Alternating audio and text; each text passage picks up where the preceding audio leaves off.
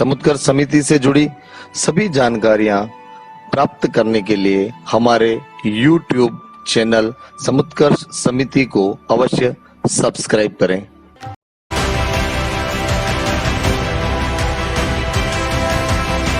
माताओं के लिए विशेष रूप से ये संदेश है कि हम श्रेष्ठतम महापुरुषों के जीवन चरित्रों का अवगाहन करें।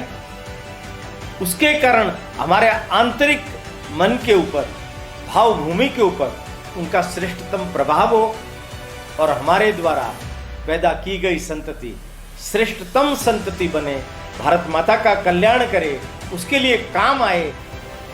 महिला की भावभूमि कैसी है, धारण करने की उसकी मानसिकता, क्षमता, भाव कैसा है, उसके मन के अंदर ये कामना है क्या, मैं श्रेष्ठतम, धर्मप्रिय, धर्मवान, न्यायप्रिय, सत्यज्ञ पुत्र को पैदा करूंगी।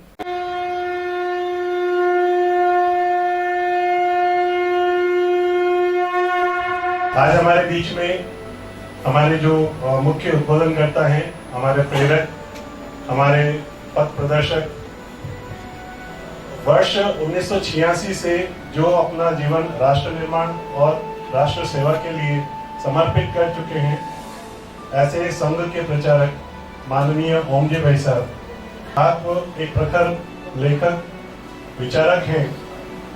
आप द्वारा कई पुस्तकें लिखी गई हैं, जिनमें मेवाड़ गौरव गाथा, जन जन के महावीर, पन्ना दाय, बाबा रामदेव जैसी 25 पुस्तकों का आपने लेखन किया है। मैं आज के इस पुनीत अवसर पर मान्यवर भाई साहब से निवेदन करूंगी कि हमें प्रबोधन प्रदान करें। आदरणीय ओम जी भाई साहब।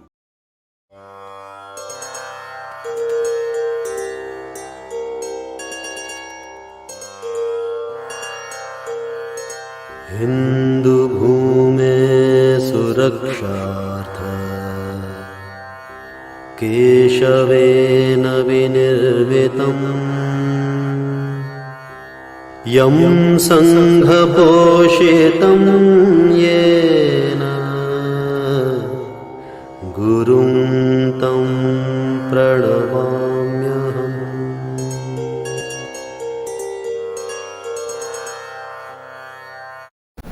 नमस्कार।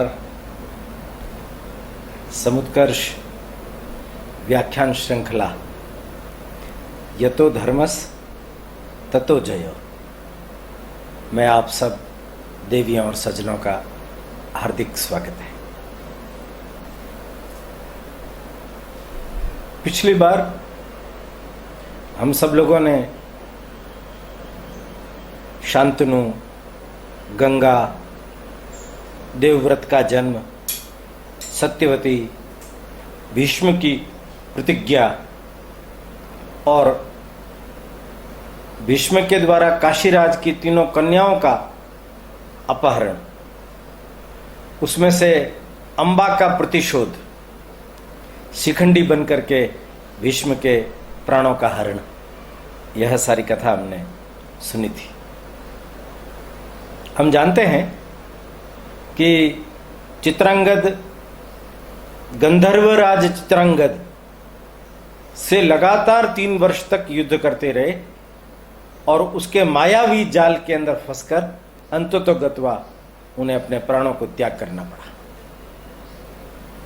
विचित्र वीर्य बहुत छोटी अवस्था में ही सम्राट बन गए थे। निरंकुशता, उद्दंडता, ऐसी विविध प्रकार की चीजों के कारण से उनका समुचित विकास नहीं हो पाया। 18 वर्ष की अवस्था होने पर काशीराज की कन्याओं के साथ अंबिका, अंबालिका दोनों के साथ उनका विवाह हुआ। दोनों पत्नियां अपने पति की बहुत अच्छी तरीके से सेवा कर रही है, किंतु दुर्दैव विचित्र वीर्य असीमित काम वासना की चपेट में आकर क्षय रोग से पीड़ित होकर अपने प्राणों को खो बैठते हैं। हस्तिनापुर के समक्ष एक बड़ा भारी संकट पैदा हो गया। राजमाता सत्यवती इन पुत्रहीन पुत्र वधुओं को देख करके अत्यंत पीड़ित होने लगी। कुछ भी उपाय उसे सूझ नहीं रहा था। एक बड़ी विचित्र बात जो थोड़ी समझने की है वो ये है कि ऐसी सारी परिस्थिति का निराकरण करने के लिए जब कोई हल नहीं बचा तो उन्होंने भीष्म को बुलाया और कहा, पुत्र, हस्तिनापुर के समक्ष कुरु वंश समाप्त होने का संकट आकर के खड़ा हो गया है। राजगद्दी पर यदि कोई संतान नहीं बैठेगी तो कुरुवंश का राज्य कैसे चलेगा। मेरी तुमसे यही प्रार्थना है कि तुम राजगद्दी स्वीकार करो। भीष्म मुस्कुरा करके कहते हैं कि माता, तुम तो जानती हो मैंने राज्य को त्यागने की प्रतिज्ञा ली है, अब मैं उसका भोग कैसे कर सकता हूं। जो सत्य वचन मैंने आपको दिए हैं मैं उससे विमुख कैसे हो सकता हूं। बेटा, तुमने वचन मेरे को दिए है ना, इसलिए मैं ही तुम्हें वापस दे रही हूं, तुम अवश्य ग्रहण कर सकते हो। उनका नहीं, ये अधर्म का मार्ग है, इसे मैं स्वीकार नहीं करूंगा। दुनिया भर की तमाम श्रेष्ठतम चीजें इसके बदले में भी मुझे प्राप्त हो तो भी मैं अपना व्रत तोड़ने के लिए तत्पर नहीं हूं, तैयार नहीं हूं। तो एक दूसरा काम करो पुत्र, आज्ञा दीजिए माता, अगर वो भी धर्मोचित हुआ तो मैं अवश्य करूंगा। कुरुवंश समाप्त होने की कगार पर है। तुम्हारे छोटे भाई की दोनों पुत्र वधुएं अंबिका और अंबालिका पुत्र की कामना अधूरी रहकर लेकर बैठी है। तुम नियोग द्वारा उन दोनों की पुत्र कामना पूर्ति करो, उनके संतान हो और कुरुवंश आगे बढ़े। यह संभव नहीं है मां। यह कैसे संभव है? मैंने तो स्वयं ब्रह्मचारी रहने का व्रत लिया है, मैं अपने उस व्रत को भी नहीं तोड़ सकता। तो इस विकट परिस्थिति में क्या किया जाए? तुम ही बताओ माता, जो तुम्हारा आदेश होगा मैं उसके अनुसार चलने का प्रयत्न करूंगा। सत्यवती ने कहा, बेटा, आज मैं तुम्हारे समक्ष अपने जीवन का एक बड़ा गोपनीय पृष्ठ, राज रहस्य, वो खोलना चाहती हूं। भीष्म सजग हुए। क्या बात है माते? माता सत्यवती ने कहा कि जब मैं अपने पिता के घर पर थी, पितृगृह, उस समय वहां मुझे महामुनि पाराशर से एक पुत्र की प्राप्ति हुई थी। तुमने वेद व्यास का नाम तो सुना ही है। हाँ, वे तो बहुत महात्यागी, तपस्वी, सभी वेदों का ज्ञान रखने वाले, दुनिया भर को धर्म की राह पर लाने वाले, धर्म राज्य की स्थापना में सहयोगी भूमिका निभाने वाले, ऐसे श्रेष्ठ महात्मा का नाम तो सभी जानते हैं मां। वो मेरा पुत्र है। आपका पुत्र है? हां, वो मेरा कानिन पुत्र है। पराशर ऋषि के संसर्ग से उसकी उत्पत्ति हुई। मेरे शरीर में से मत्स्य की गंध निकलती थी, उन्हीं की कृपा से ही ये पद्म की गंध, कमल की गंध मेरे शरीर से निकलने लगी। पराशर ऋषि ने कहा, मेरा आशीर्वाद है, तुम्हारा कुंवारपन नहीं टूटेगा। यह पुत्र जीवन पर्यंत तुम्हारी सेवा करेगा, तुम्हारे लिए काम आएगा। तो अब जब तुम तैयार नहीं हो तो क्या मैं वेद व्यास को इन दोनों पुत्र वधुओं के लिए पुत्र की कामना से नियोग का आग्रह कर सकती हूं? भीष्म कहने लगे, अवश्य माते, अवश्य। तब तो वेदव्यास मेरे भाई हो गए और भाई का अपने वंश को आगे बढ़ाने में सहयोग करना ये धर्म सम्मत है। आप उन्हें बुलाने की व्यवस्था कीजिए। सत्यवती ने सेवक भेजकर वेदव्यास को बुलाया। वेदव्यास आए, गांगे से मिले, मां से मिले, प्रणाम किया। कैसे याद किया मुझे मां? ऐसी विकट परिस्थिति आकर के खड़ी हो गई है। दोनों पुत्रों का स्वर्गवास हो गया है, 2 पुत्र वधुएं हैं, वंश अवरुद्ध हो गया है, कुरुवंश आगे कैसे चलेगा?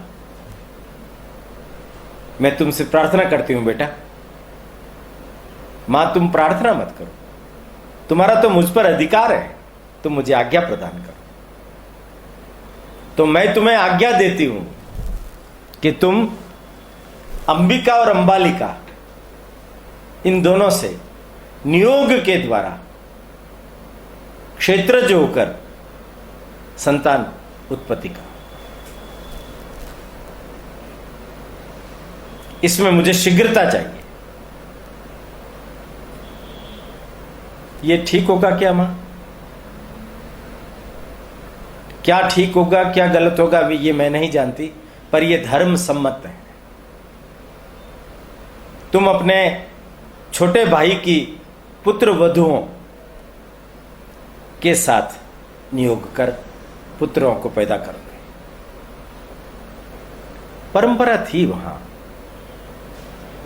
बड़े भाई की पत्नी के साथ में छोटे भाई का विवाह, देवर के साथ विवाह करने की परंपरा तो भारतवर्ष में रही है, पर छोटे भाई की पत्नी के साथ में बड़े भाई का विवाह सामान्य तौर पर नहीं होता है। यह विपरीत परिस्थिति है और इस विपरीत परिस्थिति में यही धर्म सम्मत मार्ग है, परंपरा नहीं है। ये जब परिस्थिति जब विकट हो जाती है, कोई मार्ग शेष नहीं बचता, तो न्यूनतम क्षरण का मार्ग धारण किया जाता है। वेदव्यास ने कहा, ऋतुकाल पूर्ण होने पर जब पवित्र स्नान कर ले तब मुझे सूचना देना, मैं आऊंगा। उन दोनों को तुम कह करके रखो, वो अपनी मानसिकता एक अच्छे श्रेष्ठ पुत्र को धारण करने की बना करके रखे। निश्चित समय पर मां सत्यवती ने दोनों पुत्र वधुओं को यह सूचना दी, संतानों उत्पत्ति के उद्देश्य से नियोग किया जाएगा। ये दोनों पुत्र वधुएं हालांकि छोटी थी, बहुत अधिक इनके अंदर समझ भी नहीं थी, आकांक्षाएं तो थी, अतृप्त सपने थे, अतृप्त जीवन था। तो उन्होंने देखा शायद भीष्म के द्वारा नियोग होकर हमें पुत्र की प्राप्ति होगी। उन दोनों ने भीष्म की प्रतीक्षा की थी, वेदव्यास की नहीं। वेदव्यास जब अप्रत्याशित रूप से उनके समक्ष आए तो उन दोनों पर अलग अलग ढंग का प्रभाव हुआ। पहला प्रभाव अंबिका पर। अंबिका भयभीत हो गई, डर गई, उसकी आंखें बंद हो गई। उस अवस्था में जब उसने गर्भ धारण किया तो उसके जो संतान हुई हष्टपुष्ट तो थी, बलवान तो थी, पर नेत्र नहीं थे, अंधी थी। धृतराष्ट्र, हम सब ने नाम सुना है। अंबिका की कोख से वेद व्यास के नियोग से धृतराष्ट्र का जन्म हुआ। और दूसरी अंबालिका, वो तो भय के कारण से इतनी पीली पड़ गई, हृदय बैठ गया, उसको पांडु पैदा हुआ। पांडु रोग से ग्रसित पुत्र था, इसलिए नाम पांडु हो गया। था अष्टपुष्ट पर कमजोर, शरीर में वीर्य की कमी। ऐसे दो पुत्रों की प्राप्ति हो जाने के बाद सत्यवती का मन भरा नहीं। उन्होंने वेदव्यास से एक तीसरे पुत्र की और आकांक्षा की और अंबिका को बुला करके कहा, मैं एक और पुत्र की आकांक्षा रखती हूं, क्योंकि दोनों पुत्र उपयुक्त राजकुमार नहीं है। राज्य को चलाने का सामर्थ्य उन दोनों में नहीं है। क्या बोलती अपनी सास के समक्ष? आंखें बंद करके चुपचाप चली गई। अपने कक्ष में जब वो लेटी हुई थी तो उसकी दासी उसकी सेवा कर रही थी, मर्यादा नाम था उसका। अचानक इसके मन में एक ख्याल आया, मर्यादा, तुम शादीशुदा हो? नहीं। उसके बारे में जब पूरी बातें सुनने के बाद उसने मर्यादा के समक्ष प्रस्ताव रखा, क्या तुम पुत्र की कामना रखती हो? कौन स्त्री पुत्र की कामना नहीं रखती है? पुत्र ही तो है जो उसके जीवन को जीवन देता है। तो मेरा कहा मानोगी? महामुनि वेदव्यास जी को तुम जानती हो, पिछली बार आए थे। वो फिर आएंगे, पर मेरे स्थान पर तुम मेरे बिस्तर पर सो जाओ। वो तो खुश हो गई, ऐसा मेरा भाग्य, महामुनि वेद व्यास जी के पुत्र की मां मैं बनूंगी। वो सो गई। नियत दिवस वेद व्यास पहुंचे, देखा तुम महारानी कहां है? उन्होंने कहा कि वो उनकी इच्छा नहीं थी। उनकी इच्छा नहीं थी तो बात खत्म हो गई। ठीक है, मैं चलता हूं। वो उसने पैर पकड़ लिए, महाराज उनकी इच्छा नहीं थी किंतु मेरी इच्छा है। मैं एक संतान चाहती हूं, मेरा जीवन अभागा है, मेरे भाग्य को जगा दो। आपका आशीर्वाद मेरे भाग्य को जगा देगा। वेदव्यास जी ने अंतर्दृष्टि से देखा, धर्मराज को मांडव्य ऋषि के श्राप के कारण पृथ्वी पर जन्म लेने के लिए आना पड़ेगा। तो उन्होंने उसके साथ नियोग किया और उनसे जो पुत्र की प्राप्ति हुई वो दासी पुत्र विदुर। दासी पुत्र विदुर, 3 पुत्र नियोग के द्वारा आपातकालीन आपत धर्म के सुयोग से धृतराष्ट्र बड़े, पांडु दूसरे और विदुर तीसरे। विदुर नीति के नाम से जाने जाते हैं। विदुर के प्रति सब लोग ये कहते थे कि ये धर्म के प्राण, इनकी नीतियां, इनके वचन, इनके सुझाव सब धर्म प्रधान। अब भीष्म के समक्ष, सत्यवती के समक्ष यह प्रश्न खड़ा हो गया, इन बच्चों का लालन पालन किया जाना चाहिए। उनका लालन पालन किए। बड़े बलशाली धृतराष्ट्र निकले, पांडु बड़े धनुर्धारी निकले और वेदज्ञ, नीतिज्ञ, धर्मज्ञ ये विदुर निकले। उचित समय पर इन तीनों का विवाह किया गया। धृतराष्ट्र के लिए गांधार देश की राजकुमारी गांधारी, उसका हाथ मांगा गया। उन लोगों ने सहर्ष गांधारी का हाथ दिया। गांधारी शिव भक्त थी। उसे शिव के द्वारा वरदान था, तुम्हें 100 पुत्रों की प्राप्ति होगी। किंतु जब गांधारी ने सुना मेरे पति अंधे हैं, उन्होंने उसी क्षण एक पट्टी लेकर के अपनी आंखों पर बांध दी। जब मेरे पति अंधे हैं तो मुझे भी उन्हीं के अनुसार अनुकरण करना चाहिए। राजमहल में आ गई, अपने पति की सेवा करने लगी। दूसरा पुत्र पांडु, उसके लिए कन्या चाहिए। सुयोग ऐसा बना, वसुदेव, कृष्ण भगवान के पिता वसुदेव, उनकी बहन कुंती, उसका नाम था पृथा। वो कुंती भोज की गोद गई थी, इसलिए उसका नाम कुंती हो गया। कुंती के बारे में विस्तार से चर्चा की जानी चाहिए। यथा आवश्यकता आगे हम कुंती के चरित्र के संदर्भ में थोड़ा और आगे बढ़ेंगे। कुंती इतनी सुंदर थी, इतनी सुयोग्य थी, इतनी सुशील थी, इतनी संस्कारवान थी कि अनेक राजाओं की ओर से प्रस्ताव आए कि हम कुंती के साथ विवाह करना चाहते हैं। तो कुंती भोज ने कुंती के लिए स्वयंवर की रचना कर डाली। उस स्वयंवर में भाग लेने के लिए पांडु भी गए। कुंती ने पांडु को देखते ही हर्षित होकर उनके गले में वरमाला डाली। पांडु के साथ कुंती का विवाह हो गया।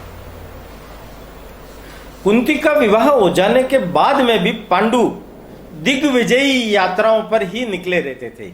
युद्ध एक व्यसन के रूप में उनके जीवन में आ गया। वो युद्धरत ही रहते थे। कुंती के लिए उनके पास में कोई समय नहीं था। भीष्म ने अंदाज लगाया कि कुंती के लिए यह समय नहीं निकाल रहा तो कहीं यह पत्नी उनको पसंद नहीं आई हो। तो एक दूसरा विवाह, मद्रराज शल्य, उनकी बहन माद्री, उनके समक्ष प्रस्ताव भेजा। उन्होंने भी सहर्ष अपनी बहन का हाथ पांडु के हाथ में दे दिया। अब पांडु की दो पत्नियां हो गई। दोनों पत्नियों के साथ में वो विचरण करने लगे। विदुर की भी दिवक नाम के एक राजा की दासी पुत्री सुंदरी थी, उनके साथ विवाह हुआ। पारंसवी, उनसे बहुत श्रेष्ठ पुत्रों का, पुत्र रत्नों का उन्हें प्राप्ति हुई। अब इधर धृतराष्ट्र, इधर पांडु, इधर विदुर। वेदव्यास जी राजमहल में आए थे। गांधारी ने उनकी सेवा की। वेदव्यास जी ने आशीर्वचन दिया, बेटी तुम 100 पुत्रों की मां बनोगी। उधर पांडु दिग्विजय यात्रा पर निकले हुए थे। दोनों पत्नियां साथ थी। एक जगह पर एक बड़ी विचित्र प्रकार की घटना घट गई। एक ऋषि थे किंदम, उन्होंने मृग का रूप धारण करके अपनी पत्नी के साथ, मृगी के साथ संसर्ग, मैथुन कर रहे थे।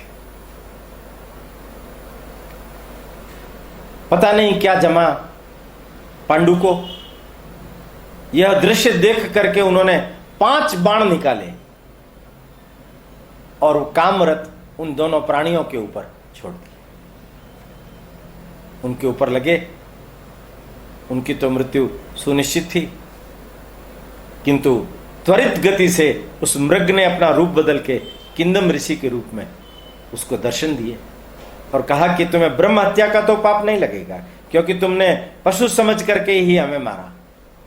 पर इस अवस्था में, काम की अवस्था में तुमने हमको मारा है, इसलिए मैं तुम्हें श्राप देता हूं। तुम्हारे भी जीवन में काम तुम्हारी मृत्यु का कारण बनेगा। सिर पीट लिया।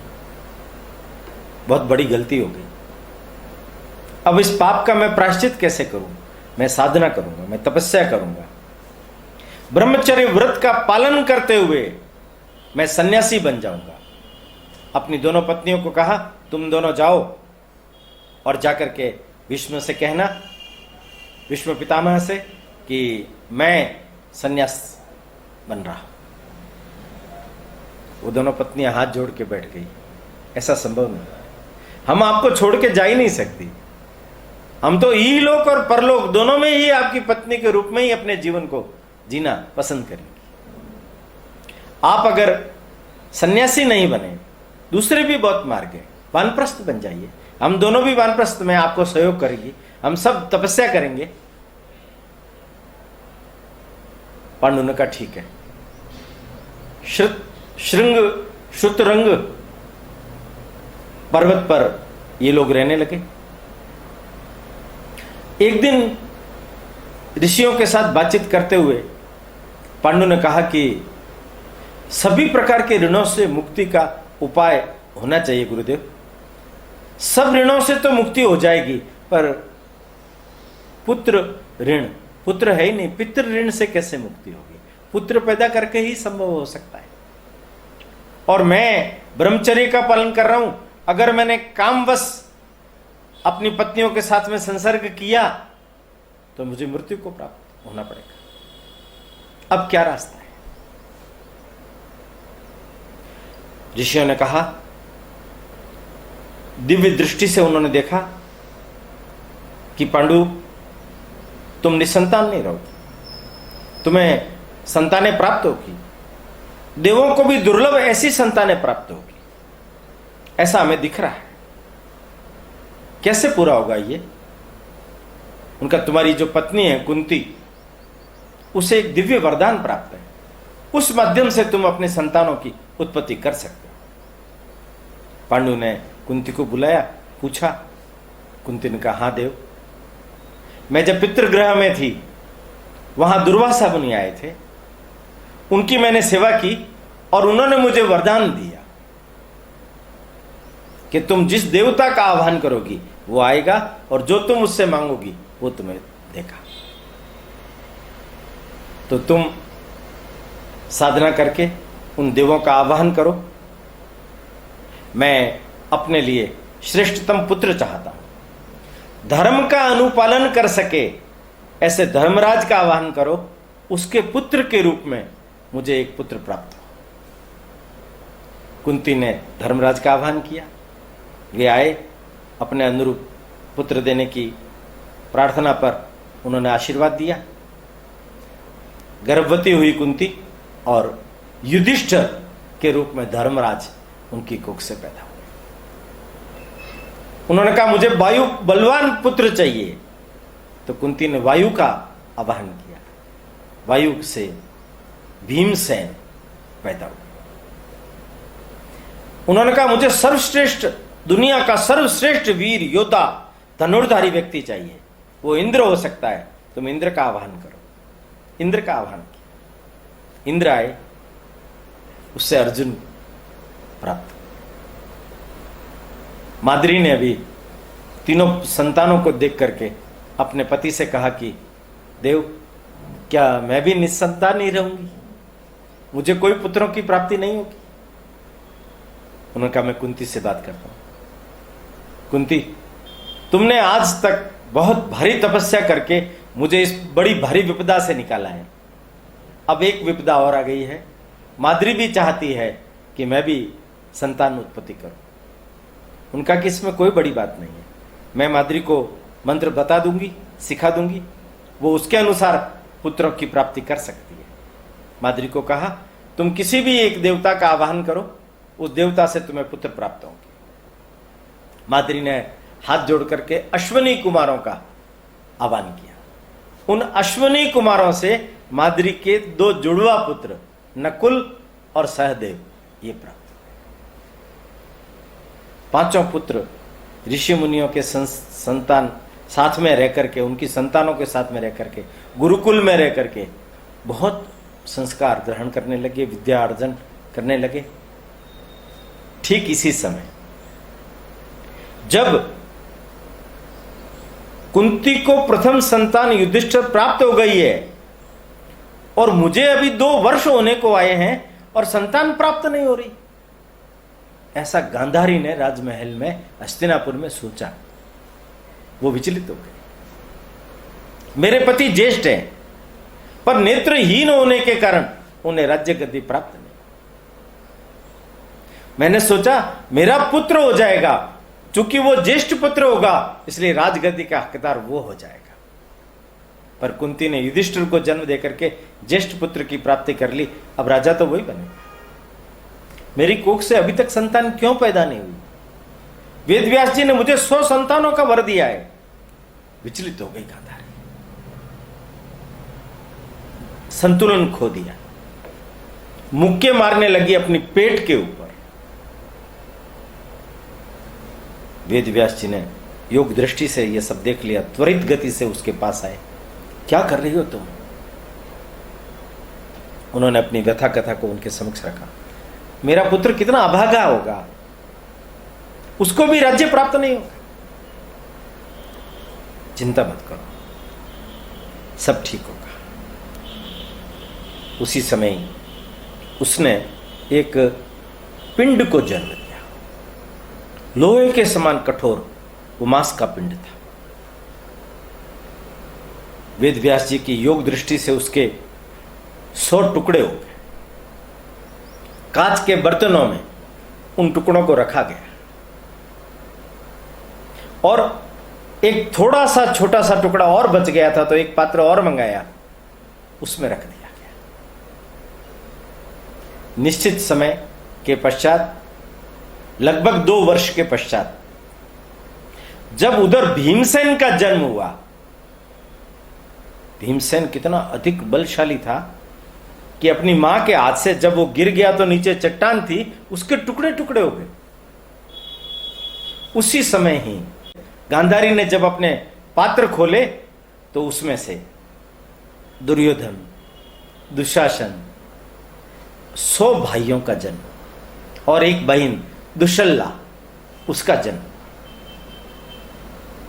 उन 2 साल के गर्भाधान काल के समय धृतराष्ट्र का एक दूसरी रानी से संसर्ग में युयुत्सु करके बड़ा धर्मज्ञ विचारशील व्यक्ति, जिसने दुर्योधन को कुकर्म करने से हर बार रोका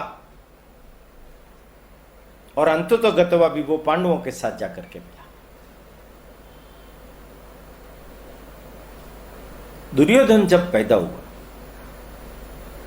तो गीदड़, भेड़िया, कुत्ते, पक्षी, गिद्ध, इनकी चहचहाट से, अशुभ ध्वनियों से वातावरण भयकंपित हो गया। धृतराष्ट्र ने भीष्म को, विदुर को, सबको बुलाया और कहा, चूंकि युधिष्ठिर का जन्म हो गया है इसलिए राज्य का उत्तराधिकारी युवराज तो वही रहेगा, क्योंकि पांडु को राजगद्दी पर आसीन कर दिया गया था। पांडु जब वनगमन करने के लिए गए उस समय धृतराष्ट्र को पीछे राजकाज संभालने का काम सौंपा गया। विदुर उनकी सहायता करेंगे। पितामह, मेरा पुत्र दुर्योधन, उसके लिए भी राज्य में कोई हिस्सा रहेगा? उसका भी राज्य करने का कभी नंबर आएगा? फिर उसी क्षण जब उन्होंने ये प्रश्न पूछा, फिर इस प्रकार की अशुभ ध्वनियां निकलने लगी। तो विदुर ने कहा, यह जो पुत्र है तुम्हारा, ये तुम्हारे कुल का नाश करेगा। ये लक्षण यही चीज बताते हैं। तुम इस पुत्र का अभी त्याग कर दो, 99 पुत्र है तुम्हारे पास। किंतु दुर्योधन का त्याग नहीं किया जा सका और परिणाम हम सब जानते ही। उधर पांडु बसंत ऋतु निकट आने पर अपनी पत्नी माद्री को स्नान करते हुए देखकर उत्तेजित हो गए और काम वासना की इच्छा लेकर के उसके पास गए। उसी क्षण श्राप के कारण उनकी मृत्यु हो गई। माद्री दौड़ी हुई आई, देव को कुछ हो गया। कुंती गई पास, देखा, उनका कि कुछ नहीं, प्राण त्याग दिए। तुम ऐसा करो माद्री, 5 पुत्रों को लेकर के हस्तिनापुर जाओ और मैं पांडु के साथ में सती हूं। माद्री ने कहा नहीं, मैं छोटी हूं, मेरे कारण ही पति की मृत्यु हुई है, इसलिए सती होने का अधिकार मेरा ही। तुम बड़ी हो, तुम 5 पुत्रों की मां बनने के योग्य हो। किसी भी पुत्र को, मेरे पुत्रों को भी ये कभी एहसास नहीं होगा कि तुम उनकी मां नहीं। तुम जाओ, तुम इनका लालन पालन पोषण, इनके अधिकारों की रक्षा, इनकी पुनर्प्रतिष्ठा करने का उत्तरदायित्व तुम्हारे ऊपर है। और वो पांडु को गोद में लेकर के सती हो गई। ऋषि मुनियों के साथ में कुंती 5 पुत्रों को लेकर हस्तिनापुर पहुंची। हस्तिनापुर के लोगों ने बहुत स्वागत किया। 5 पांडवों को देखकर के वे लोग भी हर्षित हो गए। उनके मन में भी एक आशा की किरण पैदा हो गई, क्योंकि दुर्योधन और उसके भाइयों का उत्पात वो देखते थे। उससे उनको कुछ आतप में कुछ तप्त छींटे उनके हृदयों पर पड़े। स्वागत किया धृतराष्ट्र ने। उत्तर क्रिया पांडु की और माद्री की गई। विदुर, तुम सब प्रकार की क्रिया करो। और इन बच्चों के, संतानों के शिक्षण की सारी व्यवस्था भीष्म ने स्वयं देखी। कृपाचार्य के मार्गदर्शन में यह काम होने लगा। पर यह जो दुर्योधन था, यह बचपन से ही बड़ी ही कुटिल बुद्धि का था। इसने सोचा, अगर ये पांडव जीवित रहेंगे तो मैं किसी भी कारण से राजा नहीं बन पाऊंगा, मुझे राज्य प्राप्त नहीं होगा। तो उसकी नींव में ही यह बात बैठ गई कि मुझे येन केन प्रकारेण इन लोगों को नष्ट करना है। क्या करूं? सबसे ज्यादा चिड़न उसको भीम से होती थी, क्योंकि भीम उसी के समान बलवान था। भीम उनके सब भाइयों को छेड़ता था। ये जब 4 पांडवों के ऊपर अत्याचार करते थे तो अकेला भीम ही उन सबको भगा देता था। एक दिन उसने अपने भाइयों के साथ मिलकर के षड्यंत्र किया। एक पिकनिक का कार्यक्रम रखा, उसमें पांडवों को आमंत्रित किया और वहां खीर बनाई। खीर में कालकूट नामक जहर मिला दिया और वो भीम को पिला दी। भीम पर उसका नशा चढ़ने लगा और वो निद्रा अधीन होते होते जहर का उसके ऊपर प्रभाव चढ़ने लगा, बेसुध हो गया। खेलते खेलते बाकी सब बाहर घर चले गए, पांडव भी चले गए। मां कुंती ने पूछा, भीम कहाँ है? विदुर को कहा, भीम नहीं मिल रहा। दुर्योधन कुटिल बुद्धि का, कहीं उसने मार तो नहीं दिया। वेद व्यास ने कहा कि भाभी अविचलित मत होइए। वेद व्यास जी ने कहा है ये 5 पांडव दीर्घायु, इसलिए भीम को कोई नहीं मार सकता। वो जहां भी होगा सुरक्षित होगा, शाम तक लौट आएगा, प्रतीक्षा कीजिए। दुर्योधन को अगर पूछेंगे तो अव्वल दर्जे का जिद्दी है और उल्टा सोचेगा, 10 प्रकार का माहौल खराब करेगा। युधिष्ठिर भी शांत हो, कुंती भी शांत हो। उधर इस मित्र मंडली ने भीम को उठा करके यमुना नदी में उस स्थान पर जहां विषैले नागों का प्रभाव है फेंक दिया। कभी कभी दुर्भाग्य भी सौभाग्य में परिवर्तित हो जाता है। उन्होंने सोचा सर्पों के बीच के अंदर जब ये पड़ेगा तो सांप इसको काट काट करके खत्म कर देंगे, ये मर जाएगा। पर हुआ उल्टा। जब भीष्म अंदर गया तो सांपों ने जब उसको काटना शुरू किया तो इसके ऊपर कालकूट जहर का जो प्रभाव था वो खत्म हो गया, जहर उतर गया। ये कहते हैं कि नागलोक में पहुंच गया था। नागलोक के राजा वासुकी आए, उनके साथ उनके एक मित्र आर्यक आए। ये आर्यक भीम के नाना के भी नाना थे। आर्यक की पुत्री उनके इधर वसुदेव के वहां, सूरसेन के वहां ब्याही गई थी। इन्होंने पहचान लिया ये भीम है।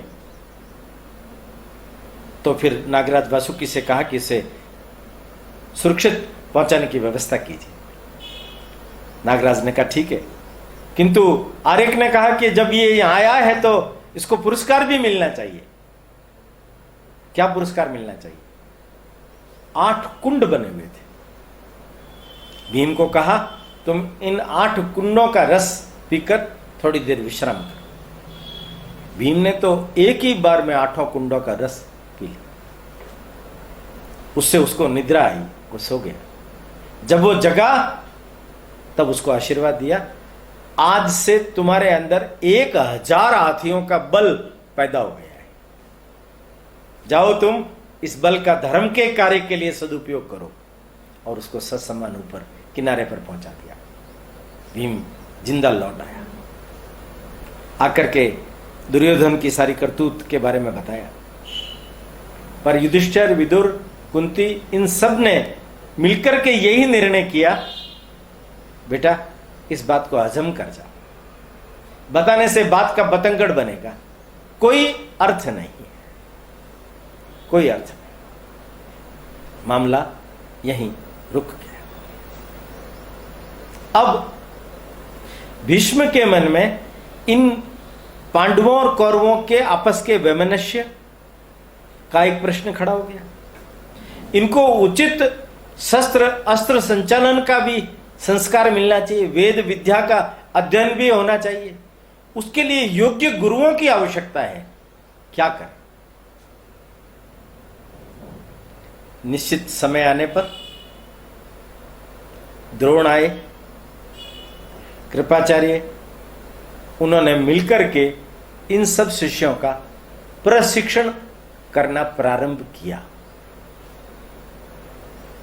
आज मैं आपके समक्ष इतनी ही कहानी कहता हूं। अगली बार में ये कृपाचार्य कौन थे, द्रोण कौन थे, ये हस्तिनापुर में कैसे आए और हस्तिनापुर के अंदर राजकुमारों का प्रशिक्षण किस तरीके से हुआ, इत्यादि अनेक आगे की कथाओं के बारे में अगले एपिसोड में मैं चर्चा करूंगा। किंतु यहां अंत में मैं एक छोटी सी बात की ओर आप सब लोगों का ध्यान केंद्रित करते हुए अपनी बात पूरी करूंगा। आप देखिए, सत्यवती जब मछुआरन थी तब उसने पराशर ऋषि के साथ में संसर्ग करके वेद व्यास जैसा धर्मज्ञ व्यक्ति प्राप्त किया। और शांतनु के साथ संसर्ग करने के बाद चित्रांगद और विचित्र वीर्य जैसे सामान्य उद्दंड असंस्कारी बालकों को जन्म दिया। वहीं देखिए, उन्हीं वेद व्यास जी के द्वारा गर्भाधान करने के कारण एक तो धर्मज्ञ विदुर पैदा होता है, दूसरा न्यायप्रिय पांडु पैदा होता है, तीसरा धृतराष्ट्र अंधा पैदा होता है। मैं जिस एक चीज की ओर आप सब लोगों का ध्यान केंद्रित करना चाहता हूं वो समझिए। महिला की भाव भूमि कैसी है, धारण करने की उसकी मानसिकता, क्षमता, भाव कैसा है, उसके मन के अंदर ये कामना है क्या, मैं श्रेष्ठतम, धर्मप्रिय, धर्मवान, न्यायप्रिय, सत्यज्ञ पुत्र को पैदा करूंगी। वेद व्यास को धारण करते समय, विदुर को धारण करते समय मां की मनस्थिति उस प्रकार की होने के कारण ऐसे श्रेष्ठतम पुत्रों का जन्म होता है। भारतवर्ष का यह बहुत बड़ा विज्ञान है। परखनली शिशु की तरह कौरवों का जन्म होता है। विज्ञान उस कालखंड में भी कितना अति उच्च अवस्था में था। और हम सब लोगों को यह सोचना है कि हमारे यहाँ जन्म देने वाली जो मां है, उस मां को गर्भाधान से लगा करके पुत्र जन्म तक 9 मास तक श्रेष्ठतम विचारों से आपूरित होकर के अच्छे चिंतन में से सत्पुत्रों का निर्माण करने की जिम्मेदारी है। हमारी भाव भूमि जैसी होगी वैसे ही पुत्रों का हम निष्पादन इस भारतवर्ष के लिए कर पाएंगे। इसलिए माताओं के लिए विशेष रूप से यह संदेश है कि हम श्रेष्ठतम महापुरुषों के जीवन चरित्रों का अवगाहन करें। उसके कारण हमारे आंतरिक मन के ऊपर, भाव भूमि के ऊपर उनका श्रेष्ठतम प्रभाव हो और हमारे द्वारा पैदा की गई संतति श्रेष्ठतम संतति बने, भारत माता का कल्याण करे, उसके लिए काम आए।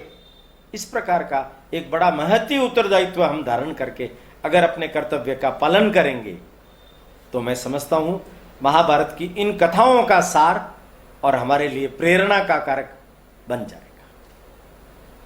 इति शुभम। नमस्कार। समुत्कर्ष समिति से जुड़ी सभी जानकारियां प्राप्त करने के लिए हमारे YouTube चैनल समुत्कर्ष समिति को अवश्य सब्सक्राइब करें। आप सभी का समुत्कर्ष समिति के प्रति यही स्नेह और आत्मीय भाव बना रहे। धन्यवाद।